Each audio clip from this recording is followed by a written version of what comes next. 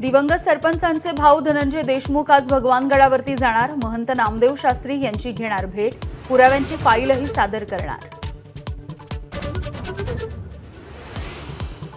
नामदेव शास्त्रींनी धनंजय मुंडेंना दिलेल्या पाठिंब्यावरती प्रतिक्रिया देणं पंकजा मुंडेंनी टाळलं, तर गडावरच्या माणसांनी शेवटच्या माणसाचंही ऐकलं पाहिजे, आव्हाडांचा सल्ला।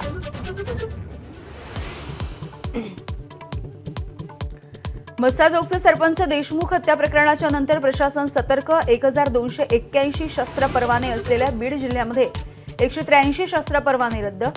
छाननीच्या नंतर आणखी 127 परवाने रद्द होणार। गद्दारांसोबत कधीच जाणार नाही, आता जोडायची वेळ आली आहे असं सांगत भविष्यातील जुळवाजुळवीची तयारी करणाऱ्या शिरसाटांना ठाकरेंचे खासदार अरविंद सावंत यांचं प्रत्युत्तर। मालेगावात जन्मदाखले घोटाळ्याच्या प्रकरणी किरीट सोमय्यांच्या तक्रारीनंतर गुन्हा दाखल। बनावट कागदपत्र देणाऱ्या तिघांना अटक। मालेगावात 4000 बांगलादेशींनी जन्मदाखले मिळवल्याचा सोमय्यांचा आरोप। बजेटमध्ये मोदी सरकारचं नोकरदारांसाठी मोठं गिफ्ट, 12 लाखांपर्यंतचं उत्पन्न करमुक्त। पुढच्या आठवड्यामध्ये नवं इन्कम टॅक्स विधेयक मांडणार।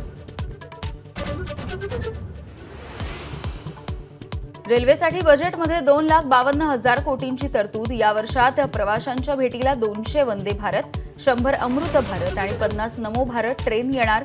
संपूर्ण विद्युतीकरणाचं लक्ष्य।